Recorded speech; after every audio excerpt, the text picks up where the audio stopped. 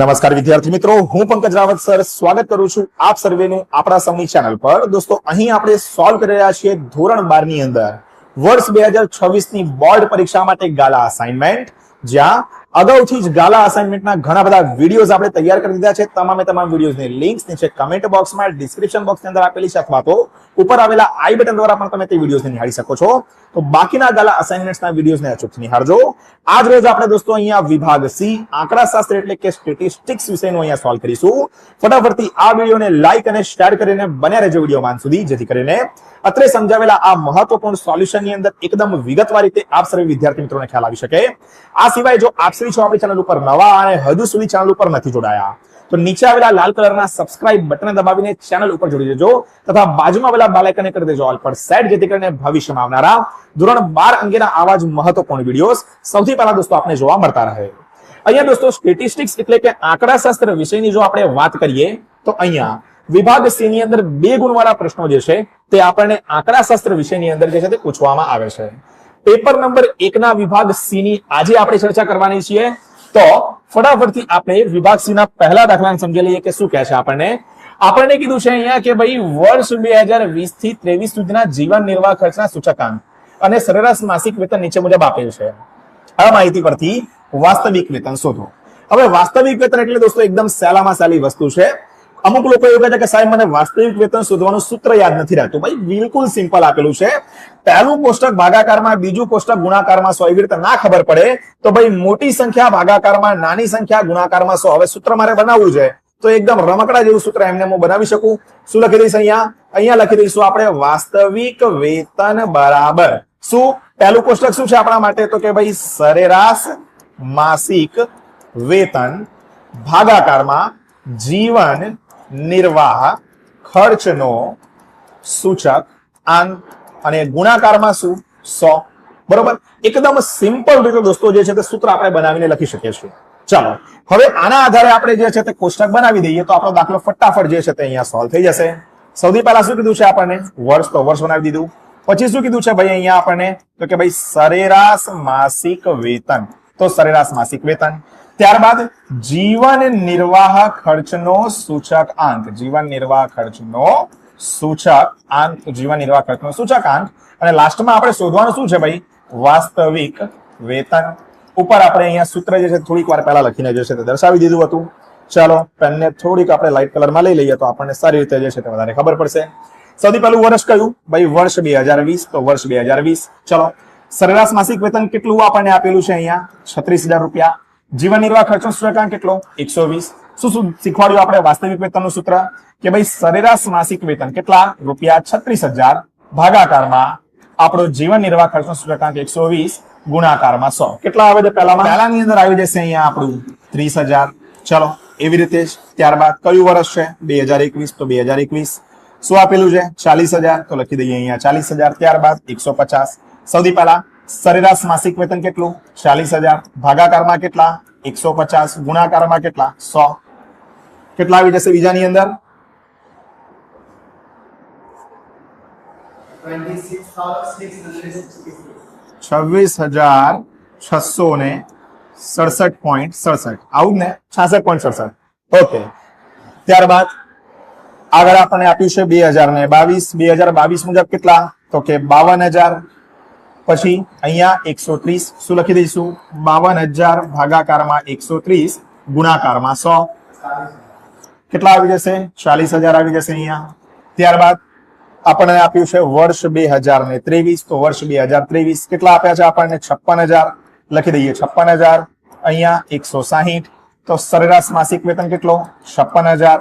જીવન નિર્વાહ ખર્ચનો સૂચકાંક કેટલો? 160 ગુણાકારમાં 100। કેટલા? 35,000 એટલે કે 35,000। અને આ રીતે દોસ્તો 31 નંબરનો આપણો પહેલો દાખલો જે છે તે એકદમ સરળ રીતે સોલ્વ કરી શકીએ છીએ। શું કીધું મેં? મોટી સંખ્યા ભાગાકારમાં નાની સંખ્યા ગુણાકારની અંદર 100 કરીએ તો એકદમ સરળતાથી જે છે તે આ સોલ્વ થઈ જાય। 32 નંબરનો પ્રશ્ન દોસ્તો આપણને શું કહેવામાં આવ્યું છે કે જો x અને y વચ્ચે સહસંબંધાંક 0.8 હોય તો r x minus y અને r minus x minus y ની જે છે તે આપણે કિંમતો જે છે દોસ્તો તે અહીંયા શોધવાની છે। ચલો સૌથી પહેલા આપણી પેનનો રંગ જે છે તે આપણે અહીંયા બદલી લઈએ. શું કીધું છે સૌથી પહેલામાં? પહેલું કીધું છે r કૌંસમાં x માઇનસ વાય.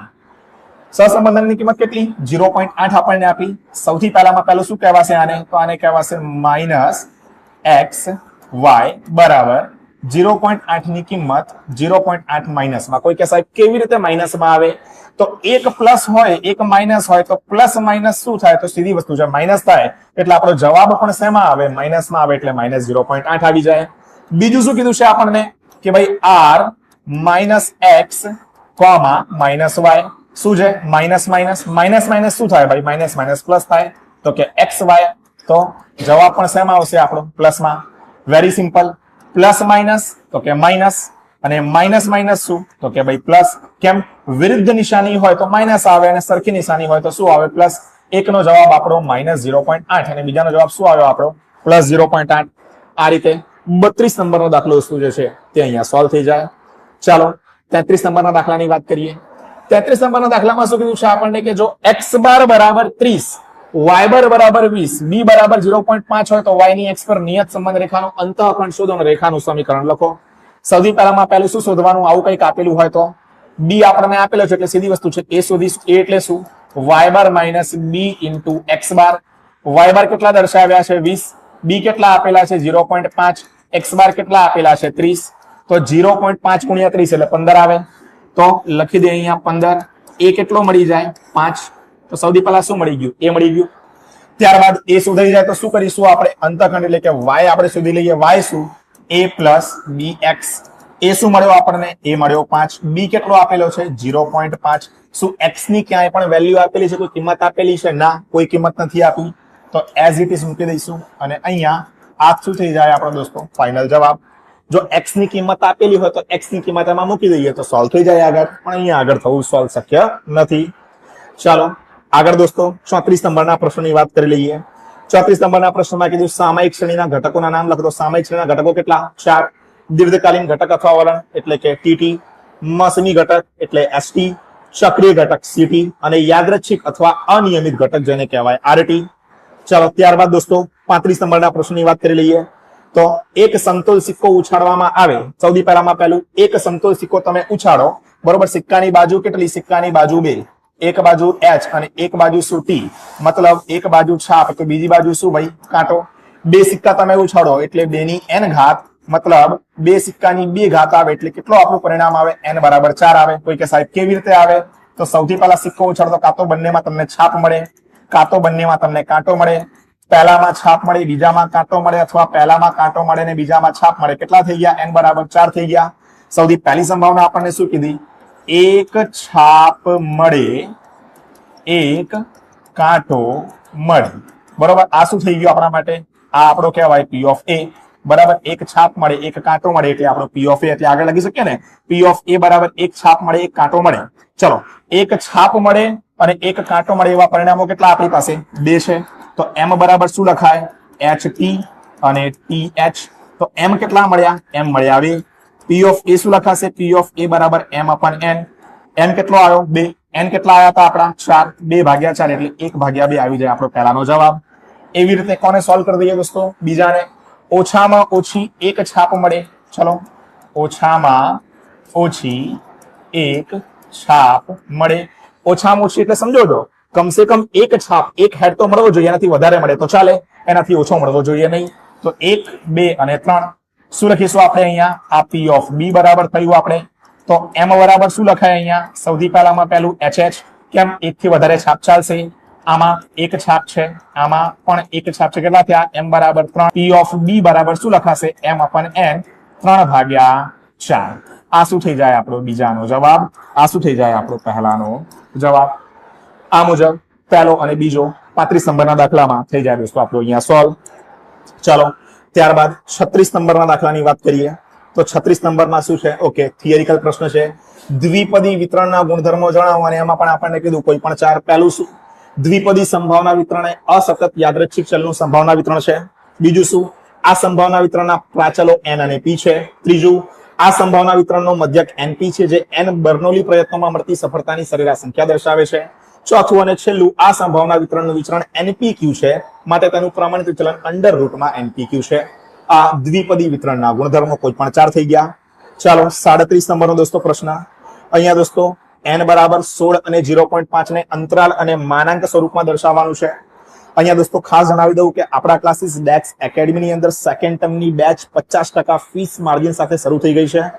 હજુ સુધી ટ્યુશન રખાવ્યું છે, ખબર નથી પડતી કે પછી ટ્યુશન નથી રખાવ્યું, તો આજે જ સ્ક્રીન ઉપર દેખાતા નંબર 8866562578 નંબર પર સંપર્ક કરો અને ડેક્સ એકેડમી ટ્યુશન ક્લાસની અંદર એક અઠવાડિયાના ડેમો લેક્ચર પહેલા અટેન્ડ કરો અને ગમે તો બાકીની 50% ફી ભરીને જે છે તે તમે ધોરણ 12 નો તમારો સફર જે છે તે અહીં શરૂ કરી શકો છો. ચાલો દોસ્તો, n બરાબર 16 અને 0.5 ને અંતરાલ અને માનાંક સ્વરૂપમાં આપણે દર્શાવવા. સૌથી પહેલા અંતરાલ સ્વરૂપની આપણે વાત કરી લઈએ. તો અંતરાલ સ્વરૂપ એટલે શું? પહેલા તો આ જે આપ્યું એ શું છે? તો દોસ્તો આ જે આપણને આપવામાં આવેલું છે તે આપણું સામીપ્ય સ્વરૂપ છે, નેબરહુડ જેને આપણે કહીએ છીએ. તો સામીપ્ય સ્વરૂપની જ્યારે આપણે ચર્ચા કરીએ તો સામીપ્ય સ્વરૂપ કઈ રીતે લખાય છે? તો કે n a ડેલ્ટા. તો a બરાબર કેટલા છે? આપણી પાસે 16 છે અને ડેલ્ટા બરાબર આપણી પાસે કેટલા છે? 0.5 છે. સૌથી પહેલામાં પહેલું આપણને કયા સ્વરૂપમાં કીધું? અંતરાલ. અંતરાલ એટલે શું? તો કે ભાઈ અંતરાલ સ્વરૂપ એટલે a minus delta comma a plus delta. ચલો a કેટલા આપેલા છે આપણને? 16. 16 માંથી 0.5 જાય તો કેટલા આવે? 15.5. બીજું શું છે? a plus delta. a કેટલા? 16 પ્લસ કેટલા? 0.5. તો 16 પ્લસ 0.5 એટલે 16.5. પહેલું શું સોલ્વ થઈ ગયું? અહીંયા કયું? અંતરાલ સ્વરૂપ સોલ્વ થઈ ગયું. અંતરાલ સોલ્વ થાય એટલે શું કરીશું? માનાંકમાં. માનાંક એટલે શું? તો કે માનાંક સ્વરૂપમાં x minus a less than શું? ડેલ્ટા. ચલો x માઇનસ a કેટલો છે આપણો ભાઈ? 16 છે. ડેલ્ટા કેટલા? 0.5. આ થઈ જાય અહીંયા બીજાનો જવાબ પણ પૂર્ણ. તો આ રીતે પહેલું અને બીજું અંતરાલ અને માનાંક બંને શું થઈ જશે ભાઈ? અહીંયા સોલ્વ થઈ જશે. ચાલો 38 નંબરના પ્રશ્નની વાત કરી લઈએ દોસ્તો. એના પછી 38 નંબરના પ્રશ્નમાં આપણને શું કીધું છે કે limit x tends to -2 x7 plus 128 ભાગાકારની અંદર x પ્લસ 2 ની અંદર જે છે તે આપણે કિંમત સુધીને અહીંયા મૂકવાની છે. સૌથી પહેલામાં પહેલું આ રીતની રચનાને આપણે કહીશું શું? તો આને થોડુંક વિગતવાર રીતે એક સૂત્રથી આપણે સમજવું પડશે. આના માટે લખવામાં આવે છે limit x tends to a x ની n ઘાત માઇનસ a ની n ઘાત ભાગાકારમાં x માઇનસ a. બરોબર. હવે આને વિસ્તૃત આપણે કરવું હોય તો શું લખવામાં આવે છે આની અંદર? n into a n minus 1. બરાબર. આ સ્વરૂપમાં આપણે જે છે તે ઉપરવાળી વેલ્યુઝને આપણે ફેરવવી પડશે. સૌથી પહેલામાં પહેલું આપણને શું કીધું છે ભાઈ? n into a. n માં શું સંખ્યા આપી છે આપણને અહીંયા ભાઈ? 7 સંખ્યા આપેલી છે. લખી દઈએ limit x tends to -2 n કેટલા? 7 ગુણાકારમાં a. a ની સંખ્યા શું છે આપણે? a બરાબર કેટલા અહીંયા આપેલા છે? -2. તો -2 પછી n માઇનસ 1. n કેટલા લીધા આપણે અહીંયા ભાઈ? 7 લીધા. તો 7 માઇનસ 1. ચલો લિમિટ x ટેન્ડ્સ ટુ -2 7 ના ગુણાકારમાં -2. 7 માઇનસ 1 કેટલા? 6. મતલબ 2 ની 6 વખત આપણે જે છે તે અહીંયા શું કરવી પડશે ભાઈ? ઘાત કરવી પડશે. લિમિટ x ટેન્ડ્સ ટુ -2 7 ના ગુણાકારમાં 2 ની 6 ઘાત કરીએ આપણે તો કેટલા આવે? 2 ગુણ્યા 2 ગુણ્યા 2 ગુણ્યા 2 ગુણ્યા 2 ગુણ્યા 2. 2 દુ 4 4 દુ 8 8 દુ 16 16 દુ 32 32 દુ 64. તો કેટલા આવી જાય? 64. 64 ના ગુણાકારમાં આપણે 7 કરીએ તો ફાઇનલ આપણો જવાબ શું આવે છે? 448. આ થઈ જાય દોસ્તો આપણો શું જવાબ દાખલા નંબર 38 માટે. અહીંયા દોસ્તો ઇન્સ્ટાગ્રામ ઉપર હજુ સુધી @પંકજ રાવત સર કે પછી @ડેક્સ એકેડમીને ફોલો નથી કર્યું તો આજે જ ફટાફટ ઇન્સ્ટાગ્રામ ઉપર જાઓ અને આપણા ઇન્સ્ટાગ્રામ પેજીસને ફોલો કરો, કારણ કે એવી ઘણી બધી ગુપ્ત સૂચના છે કે જે આપણે યુટ્યુબ ઉપર શેર નથી કરી શકતા. તો ઇન્સ્ટાગ્રામ ઉપર @પંકજ રાવત સર કે પછી ડેક્સ એકેડમીને સર્ચ કરીને ઇન્સ્ટાગ્રામ ઉપર ફોલો કરવાનું ના ભૂલતા. સાથે જ આપણી હયાત યુટ્યુબ ચેનલ ડેક્સ એકેડમીને ફોલો તો જે છે તે અચૂકથી કરી લેજો. ચલો ત્યારબાદ 39 નંબરનો પ્રશ્ન. વિધેય y બરાબર 12 plus 4x minus 7x square x બરાબર 2 વધતું છે કે ઘટતું તે નક્કી કરો. સૌથી પહેલામાં પહેલું કિંમત મૂકી દઈએ. y બરાબર 12 પ્લસ 4x માઇનસ 7x નો સ્ક્વેર dy અપન dx આપણે ડેરિવેટિવ્સ આનું નીકાળીશું. અહીંયા ઉપર ઘાતમાં પણ કંઈ નથી, સામે પણ કંઈ નથી તો 0 પ્લસ અહીંયા કંઈ નથી તો 1. 4 એકા કેટલા મુકાય? 4. બરોબર. x તો અહીંયા નીકળી જશે આપણા માટે. માઇનસ 7x નો સ્ક્વેર 7 દુ કેટલા? 14. આમાં 2 માંથી 1 જાય તો 1 વધે એટલે 14x. શું લખીશું? dy અપન dx બરાબર 4 માઇનસ 14x. હવે x ની કિંમત મૂકી દઈએ. x બરાબર 2 મૂકતા તો આ કિંમતની અંદર જો આપણે x બરાબર 2 મૂકીએ એટલે 4 માઇનસ 14x એટલે x કેટલા આપણા 2 તો 4 14 કેટલા 28 માઇનસ 24 જશે તે આપણે શું આવી જાય જવાબ. શું બતાવવાનું હતું? વિધેય વધતું કે ઘટતું છે? માઇનસમાં આવ્યું એટલે વિધેય કેવું છે ભાઈ? ઘટતું છે. આ રીતે વિભાગ સી 2 માર્કના પ્રશ્નો પેપર નંબર 1 ના સ્ટેટિસ્ટિક્સ એટલે કે આંકડાશાસ્ત્ર વિષયમાં થઈ જાય છે સોલ્વ. તો આ રીતે હાલનો આ વિડીયો કરીએ છીએ પૂર્ણ. વિડીયો પસંદ આવ્યો હોય તો વિડીયોને લાઈક કરજો. બાકીના વિદ્યાર્થી મિત્રો જોડે કરી દેજો. વિડીયોને શેર. ચેનલ ઉપર નવા છો ચેનલને સબસ્ક્રાઇબ કરવાનું બિલકુલ પણ ના ભૂલતા. મળીએ છીએ દોસ્તો જલ્દી એક નવા વિડીયોમાં આવા કેટલાક મહત્વપૂર્ણ સોલ્યુશનની સાથે. ત્યાર સુધી થેન્ક યુ સો મચ. જય હિન્દ. વંદે માતરમ.